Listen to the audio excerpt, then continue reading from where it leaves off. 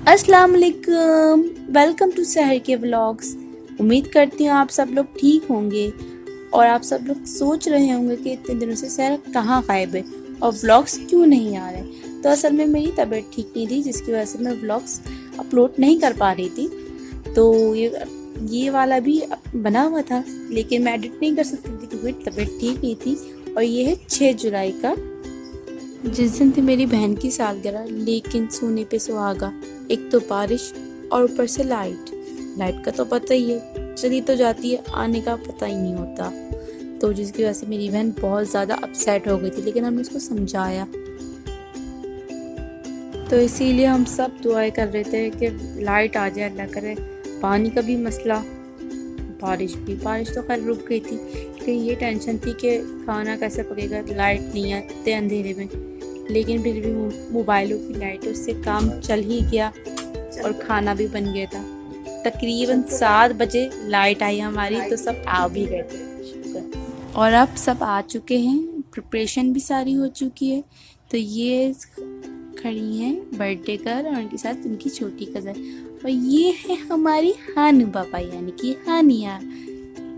पता नहीं इनका मूड क्यों अपसेट है, लेकिन चुलबुली थोड़ी सी देर बाद ही इन्होंने अपनी शरारतें शुरू कर देती। शुरू में तो थोड़ा सी ये गुमसुम रहती हैं, लेकिन फिर जो इनकी शरारतें होती हैं कोई पहचान ही नहीं सकता कि ये हानिया हैं। और ये मेरी बैठी हैं पप्पू की बेटियाँ। और अब हम चलते हैं अंदर की तरफ, दिखाते हैं कि कौन कौन बैठा है। तो अंदर हैं मेरी फुप्पो, मेरी दादी आपस में कर रही हैं बातें, और मेरे कजिन्स वगैरह बैठे हैं। हमने प्रिपरेशन कोई इतनी ज़्यादा नहीं की थी, बस हमने बैलून्स डेकोरेट कर दिए थे, वो भी ऐसे ही कि हमने टेबल पर रख दिए थे। क्योंकि सिंपल से इवेंट था, सिर्फ घर वाले थे, फुप्पो थी और हमारी फैमिली थी, चाचू लोग और हम लोग, तो इसलिए इतना हमने तामझाम किया नहीं।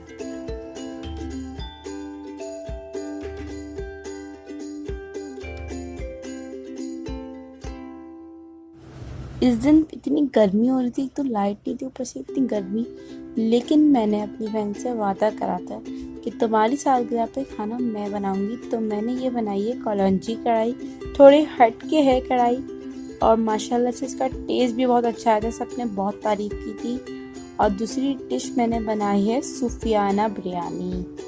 सूफियाना बिरयानी बहुत मज़े की बनी थी।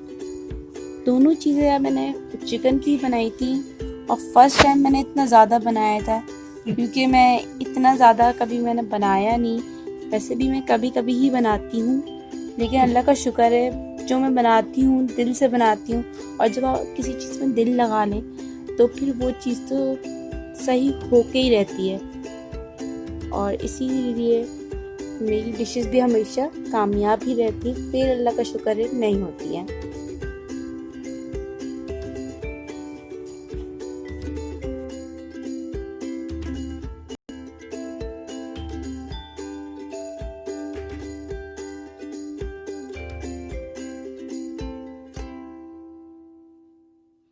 तो सब लोग आ चुके हैं, तो हमने सोचा पहले खाना निकाल देते हैं, फिर खाने से फारिग होने के बाद केक कटिंग करेंगे। तो इसलिए हम लोग अभी लगा रहे हैं खाना और सब बैठ रहे हैं। खाने में मैंने यही कलौंजी कढ़ाई बनाई थी और सूफियाना बिरयानी, और साथ में हमने मंगा ली थी बाहर से रोटी, तंदूर की रोटी, जो कि सालन के साथ बहुत ही मज़ेदार लगती है और मेरी तो फेवरेट है। आप लोग भी कमेंट करके बताएं कि किस किस को तंदूर की रोटी बहुत पसंद है। मुझे तो बहुत ही ज़्यादा अच्छी लगती है, और स्पेशली कढ़ाई के साथ तो मज़ा ही दुबाला हो जाता है। क्यों गाइस, सही कह रही हूँ?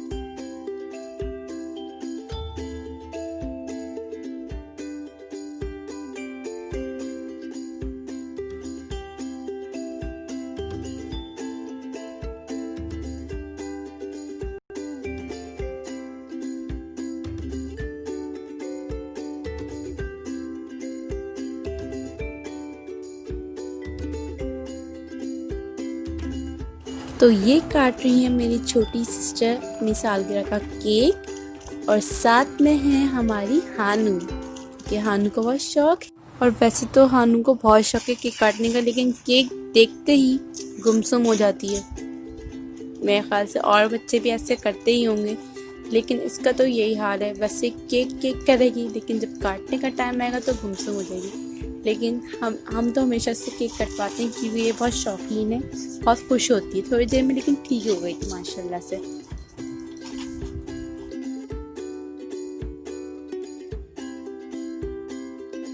और अब केक काटने के बाद हम सब कज़न्स और हम बहन भाई कर रहे हैं मस्ती। जो बैलून्स वगैरह हमने फुलाए थे तो हम लोग फाड़ रहे हैं एक दूसरे के ऊपर, तो इसलिए बहुत ही हमें मज़ा आया। और ये सब एक दूसरे के सर पे फाड़ रहे थे तो क्या बताऊँ, कानों में सीटियाँ बजने लगती थी। लेकिन ये सब तो यादगार होता है, बाद में इंसान को याद ही आता है, बड़ा मज़ा आता है। और ये कुछ गिफ्ट्स हैं, ये जो शूज़ हैं ये मैंने दिए हैं, और ये ब्रेसलेट जो है ये मेरी चाची ने दिया है, और दूसरा वाला जो है ये भी मेरी पप्पो की बेटी ने दिया है।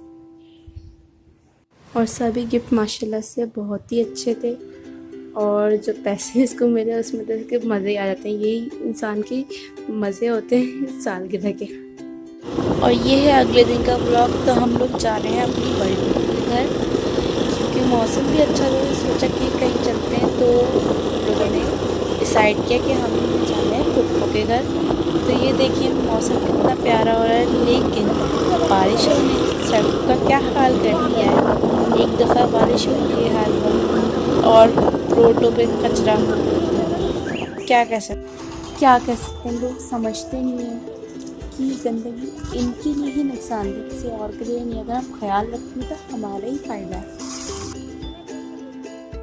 तो अब हम यहाँ रुके हुए हैं, क्योंकि खाली हाथ भी किसी के घर जाना अच्छा नहीं लगता ना, इसीलिए।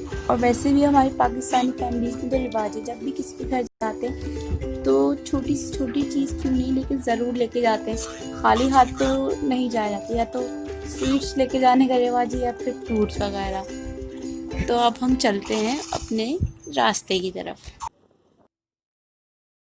और ये देखिए मौसम कितना प्यारा हो रहा है, और फ्रूट्स वगैरह वाले भी खड़े में, लोगों को आसानी हो जाती है इस तरह। वरना मार्केट वगैरह का तो पता ही, इंसान डरता है कि कहीं वहाँ जाए और साथ में वायरस न लेके आए। लेकिन इस तरह स्टॉप वगैरह पे जो फ्रूट्स वाले खड़े होते हैं, लोगों को बड़ी आसानी हो जाती है, ख्वारी से बच जाते हैं एक तरह से।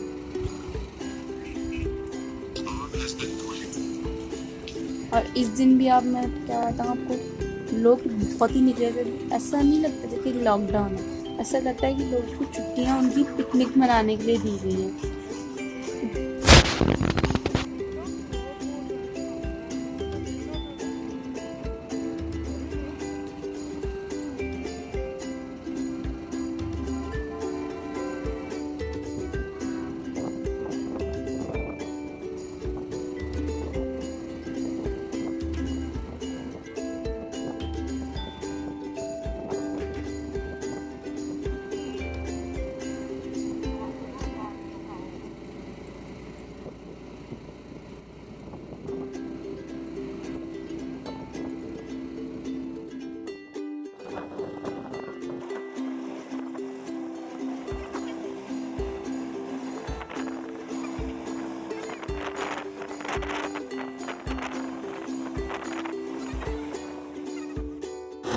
और रास्ते इतनी दूर आँखों में आ रही थी।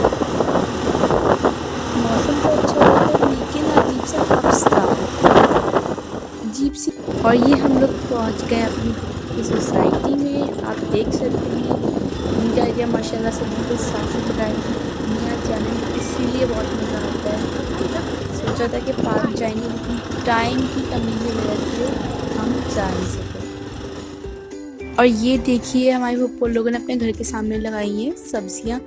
अभी तो फिर भी कम कर दी हैं, ये पहले तो बिल्कुल ऐसा लगता था जैसे खेत। और इन्होंने अपने घर में बकरियां भी पाली हुई हैं। और अब तो इन लोगों ने कुछ पौधे कम कर दिए हैं, क्योंकि इनके साथ वाला घर बन रहा था, इसलिए इन्होंने ख़त्म कर दिए, लेकिन अभी भी हैं और ये बहुत ही खूबसूरत लगते हैं। जैसे ही हमें लगा कि बारिश का मौसम हो रहा है तो हम लोगों ने झटपट किए कपड़े चेंज और हम सब कज़न्स गए छत पे, लेकिन बदकिस्मती से बारिश हुई ही नहीं। और इतनी देर बारिश का इंतज़ार किया, लेकिन बारिश का मौसम था लेकिन बारिश नहीं हुई, सिर्फ बूंदाबांदी ही हुई। ये देखिए पहाड़ जहाँ हम जा नहीं सक रहे थे बारिश की वजह से, लेकिन बारिश तो हुई नहीं। और ये टाइम हो गया 5:30, जो कि हमने चाय वगैरह पी के रिफ्रेशमेंट करने के बाद घर जाने का था। पुप्पो तो बहुत ही इंसिस्ट कर रही थी कि रुक जाओ, लेकिन आप लोगों को पता है बारिश किसी का साथ नहीं देती, इसलिए घर जाना ज़रूरी था। तो पुप्पो ने कज़न के हाथ हमें घर छुड़वा दिया। और ये जो इनकी सोसाइटी तकरीबन नई ही है, इसलिए यहाँ पे घर कुछ बन चुके हैं और कुछ बन रहे हैं, तो इसकी ज़्यादातर यहाँ का हिस्सा जो है वो खाली ग्राउंड ही है।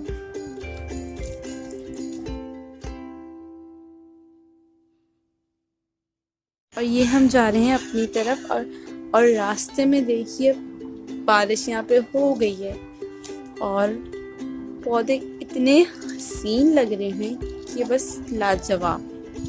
और आप लोग बताएं कि आप में से किस किस को ऐसा मौसम पसंद है। मुझे तो मौसम बहुत पसंद है बारिश का, लेकिन बारिश का मौसम बहुत सी मुश्किलात भी लेके आता है।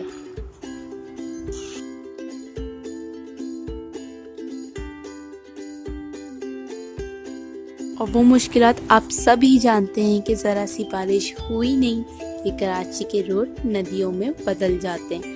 और जिसकी जिम्मेदारी हुकूमत को खाली थी ना, गलत बात है, थोड़ा बहुत कसूर तो आवाम का भी है। अगर हम भी ख्याल रखें ना तो ये हाल ना हो सड़कों का।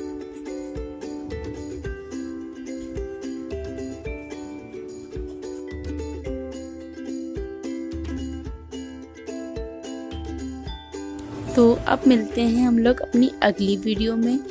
तो मैं आज के ब्लॉग का इस दुआ पे कंप्लीट करना चाहूँगी कि अल्लाह सबके नसीब अच्छे करे। और ये जो मौसम हो रहा है, ये बारिशें हों तो लेकिन किसी का नुकसान ना हो, क्योंकि कुछ लोग ऐसे भी होते हैं जिनके घर इस काबिल नहीं होते कि वो बारिश को बर्दाश्त कर सकें और उन बेचारों को सड़कों पर रहना पड़ता है।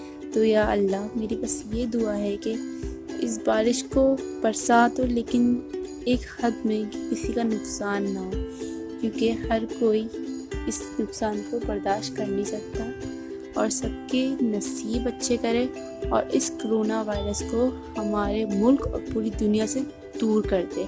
आमीन सुभान। अल्लाह हाफ़िज़।